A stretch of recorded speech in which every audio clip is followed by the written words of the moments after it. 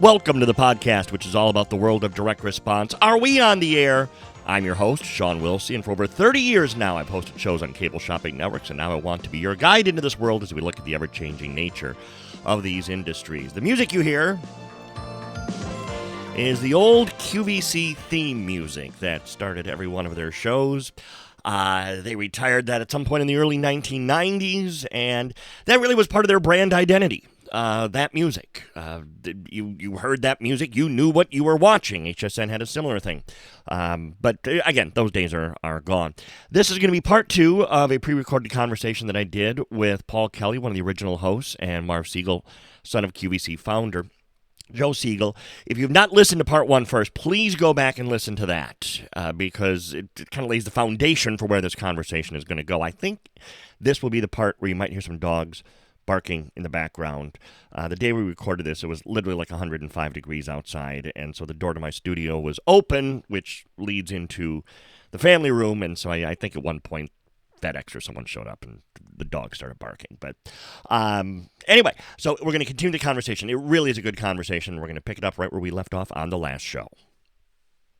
And I want to go back, actually, to the early days, because since you were there in 1986 when QVC started, we didn't have guests back in the earliest days. So as a host, you swam or sunk based on your preparation.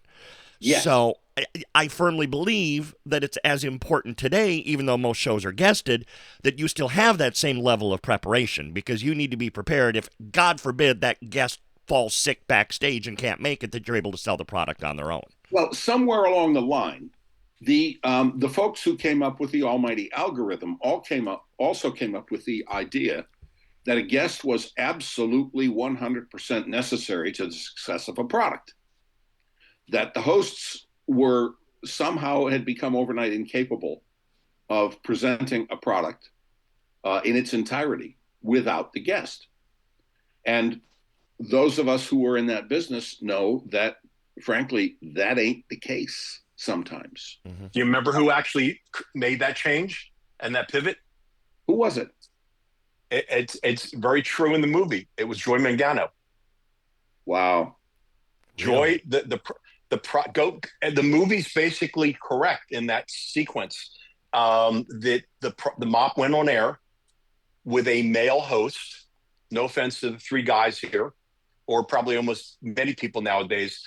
Does anybody really know how to mop anymore? And obviously this male host did not, and it bombed. And she begged, and there's a lot of controversy whether it was Doug Briggs or my father or somebody else. She begged to go on air with the product, and she went on air with the product, and it sold out. And that created that shift at that time. But up until that point, my father felt that the show hosts should be the expert for everything that goes on air. Yes. Interesting. I did not know that. Paul, I got to ask you, since you mentioned the 50-50, what was that like for you? Because you were basically the Charles Kuralt of QVC for a good year, a couple years. 3.5. 3.5, wow. We should probably explain what the 50-50 was for those that don't even know. Well, it was essentially a live show from a different state every week for 50 weeks. So, and my job was multi-layered. I was the Charles Kuralt. Somehow I became QVC's resident cultural historian while I was on the air there. So when they decided to go on the air, they asked me if I would do this. And I certainly and enthusiastically said yes. So my job was to, working with the state departments of tourism, come up with 6 or 8 people, places, things that other people would not necessarily be familiar with within a state. And I would take a camera crew and I would start on a Sunday evening and fly out to the next state, and Monday, Tuesday, Wednesday, shoot bits. We would write them and shoot them on the fly. We would shoot these 1.5 to 3, sometimes even 4-minute pieces, informational pieces, that would roll between product presentations during the 3-hour live show from that state. So that was my principal job. I also had to set the edits for those. I did the voiceovers for those, and I was the master of ceremonies before the live show for the live audience, and I was the MC during the live show for the TV audience. So I didn't have time to breathe anything but QVC for almost 3.5 years. And I spent a lot of time with a lot of wonderful people. Marvin was there for probably a third of what we did, because we also did a lot of side affiliate relations shows and things. Yeah, we were kind of schmoozed with the audience. Yeah, very much schmoozing stuff, and it was a lot of fun, and I learned a great deal. And one of the things I learned, as Marvin and a guy named Jeff Golden and I have talked about repeatedly recently, is that it's the relationship, it's the personal relationship with the customer that creates the success. And you either do it face to face or you do it through the camera, but you got to do it. You got to do it, because that's the only thing that makes this business a success. Oh, Paul, do you remember, like, you almost at every 50 and 50 stop, you had the governor there? Yes. Okay. Yeah.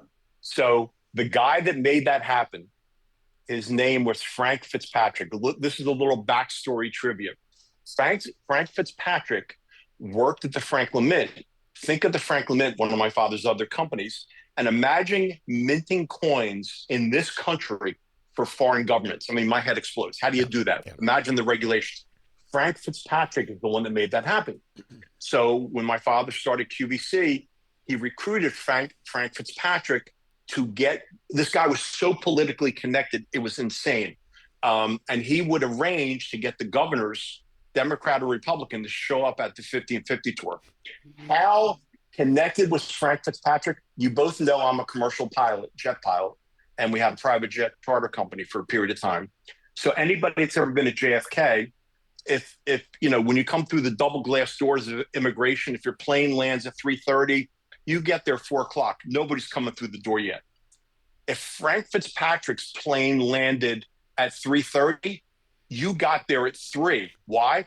Because customs and immigration would go on the plane and escort Frank off. That's how connected this guy was. He was unbelievable. And it was your dad who had enough sense to get him.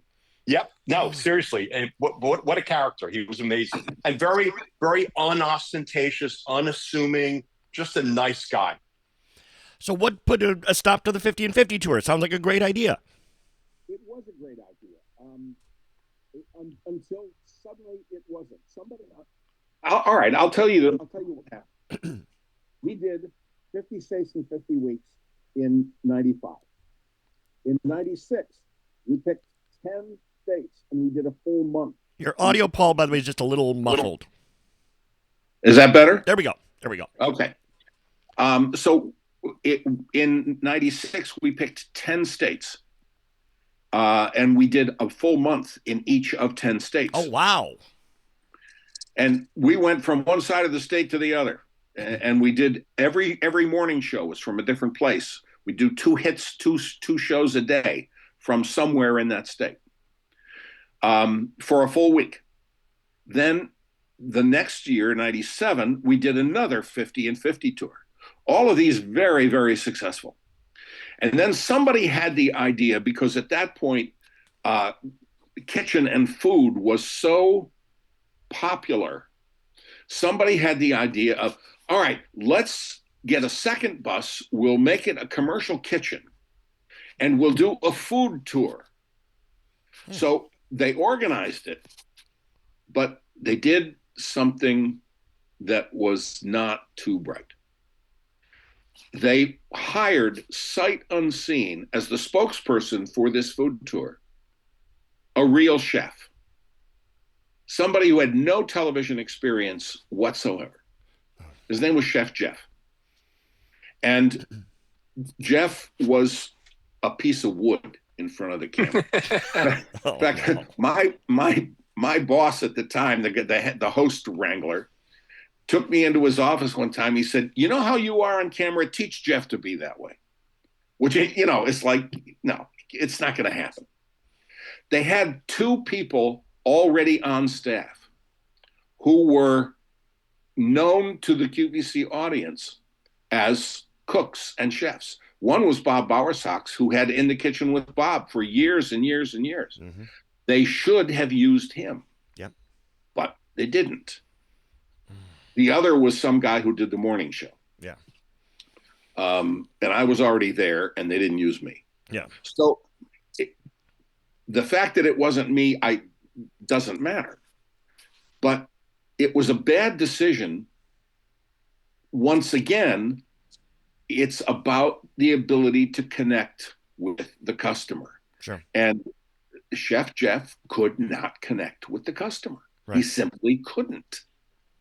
And they pulled the plug on the tour 2/3 of the way through because it was a disaster. Yeah. And at that point, they went to using the bus only for special events. Right. And they retired it. Do you remember what year they retired the bus? 2001, maybe? No, I thought that was still in your backyard. You were using it for picnics? No, I'm sorry. No, I'm living in it. No, I don't remember when they retired it, but I know they sold it for a loss. That's all I remember. a huge loss, if I remember correctly. So, you know what? I got to ask you both, since I have you both here. Mary Beth just retired after 40 years in the industry. I don't know who wants to take this one first. What made her so good? Oh, that's easy. You can't not love her. You can't not. She is so natural, so open, so just Mary Beth. And the trust is off the charts. And that's she never even tried. She doesn't have to try. It's not self-conscious with her. She just goes on camera and she bees Mary Beth. Mm. And everybody just loves her and trusts her. Because she is, she was Mrs. Minnesota. Right. And it doesn't get any more sort of salt of the earth than Mrs. Minnesota. And that's her, that was her, I don't want to say stock and trade, right, but it really was. It was what made her so accessible to the audience. She never had to try. And she never lost it. She never allowed herself to be anyone but who she was. Right. And what you saw is truly what you got. Because that's her. Yeah. Marv? No, I would say, again, unfortunately, they've lost a lot of the authentic people that really were the icons of the business. They had forgotten, again, the relationship piece of why it works. When a group I represented almost bought what was then called Evine in the Midwest, and I had a slide in the presentation for the investors, and it had in each corner, it had like a Lisa Robertson and whoever it was at HSN, et cetera, and it had their social media following. And in the middle was my daughter and her marketing company, ironically. She's got good DNA in that space. And my daughter has more social media followers than any show host at the time at any shopping channel. And that's the piece that is missing going forward. And none of the channels ever really cultivated that correctly. I mean, the following that Mary Beth has is, as Paul said, authentic. They love her. But in today's world, you need people that actually have a following that should complement, in my opinion, the show hosts. But they don't do that. Now, again, the TikTok shop, we'll see, in the next quarter's numbers and further how that does. We'll see as they pull up half of the HSN staff, the host staff to a QVC area, how that works out, because they're going to obviously bring in new hosts.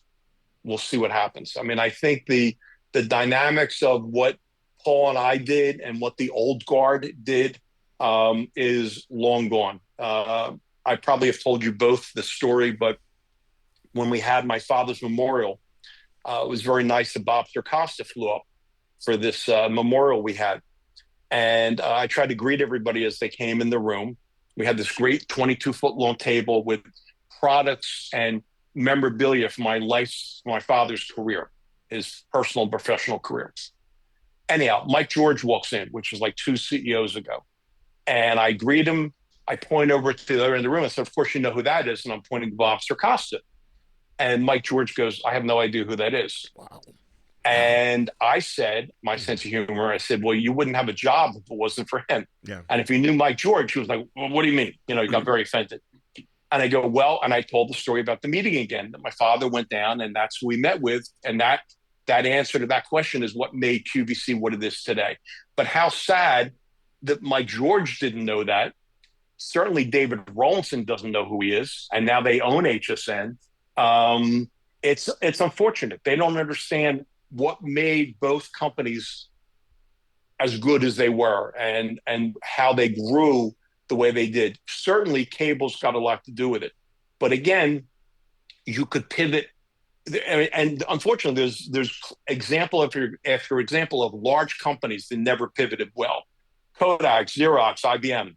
But the exception to all of that is Amazon. Amazon started as an online bookstore. And look how they pivoted. But that's not normally what happens in big business. And I think you're seeing that more than ever when it comes to retail right now. So I'm not just picking on QVC because I want QVC to do well, but it's all retail is struggling with how to change with the customer and the distribution and how they shop. 2 things, Sean, if I can sort of piggyback on what Marvin just said. Yeah, please. You would think that because Bob Circosta is still around and still very visible and very much available, nice guy. Yeah. Yep. You would think that they would have the sense enough, even now, to go to Circosta, sit down with him and say, what are we doing wrong? Given the way the world is right now, how do we translate what you did to what we can do now? But they're not doing that.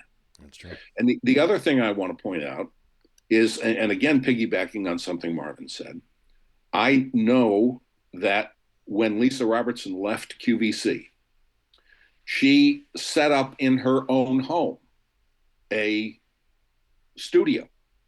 And she did become an influencer. And she was magnificently successful at it. Terrifically successful at it until she closed it down. Mm-hmm. She retired. But it's not like the talent isn't there. It's not like the knowledge isn't there. It's not like the dynamic isn't available. You just have to do it. Mm-hmm. And they're not doing it. You know, it's easy when you're on the outside looking in. Paul may remember this. My father was concerned during the morning show at QVC in the early days that people would tune out during the morning show to get news. So he actually struck a deal with the Today Show, and they had like a 3-minute segment. It was actually a live break-in where the Today Show would simulcast onto QVC's channel and talk about more friendly news and nationwide weather look, and it was very clever. Now, fast forward. Jill Martin is doing $60 million a year on the Today Show. Why the hell, when this started, didn't QVC go, hey, we used to have a relationship. Let's do that again. Why aren't we doing QVC products on the Today Show? I'm baffled by that. I really am. I'm baffled by a lot of things. Yeah. Well, because you bring up an interesting point, because it's for anybody who watches any daytime television, almost every local talk show. A couple of weeks ago, I was watching Great Day SA out of San Antonio, and they had 3 paid segments right in a row on their morning show. It's just so there definitely is still money to be made pitching your products. It's just, it seems like it's, changing. I mean, how much money did you say they're doing on the Today Show with this? Jill Martin is averaging $60 million a year. That's one show, one segment. That's not Good Morning America. That's not Entertainment Tonight. each one of these things, those are huge chunks that are coming out of what used to be just QVC's bucket. And that is a problem. Somebody, Paul, you and I know very well because I've done some stuff with her. Michelle Phillips, does a beauty segment on the local affiliates in Florida. She's doing really well. I mean, there are all these people, influencers, that are doing it and taking pieces away from what used to be QVC's turf, unfortunately. Sean, you know as well as anyone that what has happened in our culture is that we have become more individuated, right? More insular, more good way to put it, more alone. Yep. We know where everybody is. They're at home. Yeah. And they're in front of their screens at home. You gotta go where the customer am. Mm-hmm. And that's not happening. Right. It's a simple thing because at the end of the day, we go back to where we started from in this conversation. It's all about the relationship between the person on this side of the camera and the person on the other side of the camera. That's what it's about. Since all of us have had time in Minneapolis at Shop NBC, I was there when it was called Value Vision, all these different names. They recently, for those that don't know, finally did officially shut down. They attempted to do an online-only thing. Paul, you were involved with an online-only thing some years ago as well. I was. Is there space for an online-only yet? Is it too early? Is it too late? Where does that fit into things? Can I address that? Yes. First of all, I think that closing the doors in Minneapolis was premature. Yeah. And I think it was tragically premature. Yeah. Because of all of the companies in that space, that was the company that could pivot, that was of a size and a flexibility that could pivot. My question is, given the way the industry's going, why would you want to jump into a stream with 40 million others when you could be in a stream with 2 or 3 others? It doesn't make sense to me. If you wisely pivot and recreate your program, and it's a question of recreating not just your programming, but recreating your whole zeitgeist, right? The whole way you look at this thing. If you are open to doing that and you get the right people to do it, who know how, not only know where you're coming from, but know where you need to go, then it's doable. And I think the gentleman in Minneapolis was premature. I think I'm not sure that the Titanic can pivot and avoid the iceberg. I'm not sure of that. No, you have some issues with with QVC, and this is not anything confidential. I mean, they have a couple of $1 billion in loans coming due next year. I think I hope they do it. I hope they pivot. I really, really do. I can't tell you how much I care about what happens there. And anybody that has ever watched the Joan Rivers presentation of my father's Lifetime Achievement Award at ERA, and you watch that and you see what's talked about back then by my father, you realize again what was important, what worked, and what they do or don't do. My classic of what I call a focus group of the country. Sean, you'll appreciate this. Again, I live in a high rise, as most people do in New York. The package delivery room is a focus group of the whole country in terms of purchasing habits. I'm going to tell you, I've been here 10 years now. I'm going to tell you, at least for 7 or 8 years, I have not only seen one, I've seen 0 QVC packages in that package delivery room.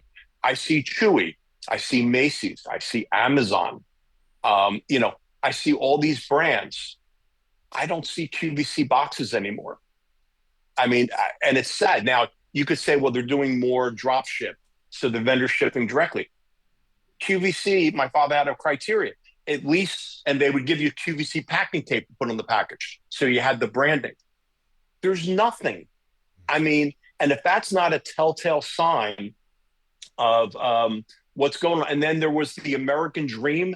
Remember the show? Oh, I remember it well. Yes. Okay. So the American Dream, again, that was with Joy Mangano representing QVC HSN, somebody from Lowe's and somebody from Macy's, if I remember correctly. Yep. And I'm watching the first show. Paul, I don't know if you ever saw the show, but it was it was like a twist on Shark Tank. And so you had 4 segments, 4 15-minute segments, and the voting was based on how many orders they got during that live show. Kind of interesting. To me, the fallacy of the show was the first guy up would always get more orders because he had been there the longest, right? Yeah. You were at the beginning, so they had a whole hour. The last guy only had 15 minutes. And then you'd be offered a PO by each one of the 3 companies. The first 2 shows, and my heart broke, the vendor didn't pick QVC. They picked either Macy's or Lowe's. Yep. And I'm like, oh my God, boy, does that tell you something? It does. And, it's just, again, the branding of the company needs to be fixed. Like, again, the 50 and 50 tour, the Southern Women's Tour, all this great stuff we did, which was iconic. And that got the brand out there. The orange bus just going all over the country, that did it. That was branding by itself. You'd see it on the road. And people would post pictures of it. And local news all over the country covered when we would come to town in the orange bus. Yeah, there would be local news crews everywhere, yep. all over the state. Yeah, and you think about that orange bus, and you think about today's technology. I mean, literally, this is a 2-channel, and you'll see this will come on and sync in a second. Both microphones synced. I can actually wirelessly have a 2-channel audio mixer connected up to my iPhone, and I can go live from anywhere. So the technology is so changed. Yeah. I mean, the bus is a great backdrop, but you don't even need all that stuff anymore. You need an iPhone and a couple wireless microphones. By the way, I've seen, believe it or not, Caitlin Collins on CNN having this mic slip to her lapel during a CNN segment. I mean, it just, again, things have changed for the better. It makes it easier to do stuff in today's world. Yeah. It's going to be interesting to see how it plays out. We'll have to continue this conversation again some other time. Just real quick, Paul, what are you up to these days? I'm living in Princeton, New Jersey, and I'm writing and producing and directing historical videos for the Princeton Battlefield Society, and I'm just having a wonderful time because I get to do history and practice my craft at the same time. I love it. So not surprised that was the answer I got. So, Marv, I'm sure you're up to several things. I started one. I started a couple companies during the pandemic. I am still focused on longevity, health, beauty, and nutrition. I'm still working on what would be the next functional food bar, which hopefully will come out this year. And I've kind of gotten very involved in the crypto encryption space, which is going to be revolutionary. And we'll have more details on that at a future time. All I just heard was wah, wah, wah, wah, wah, like crypto, whatever. Good luck. I just before you sign off, Sean, I just want to thank you very much. It's been a great way to spend an hour today with 2 truly of the nicest guys I know. Thank you. Thanks. Your feelings very mutual. Marvin Segel, yes. Paul Kelley, amazing gentlemen. Thank you for this time. You're welcome. Pleasure. Well, that will wrap things up for an incredible conversation with 2 great guys, Paul Kelley and Marv Segel.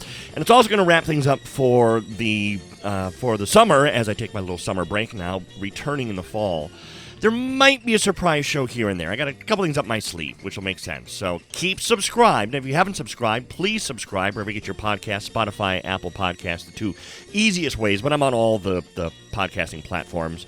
So make sure that you have subscribed so you don't miss an episode should one pop up this summer. Otherwise, we'll be back in the fall with the focus on the industry.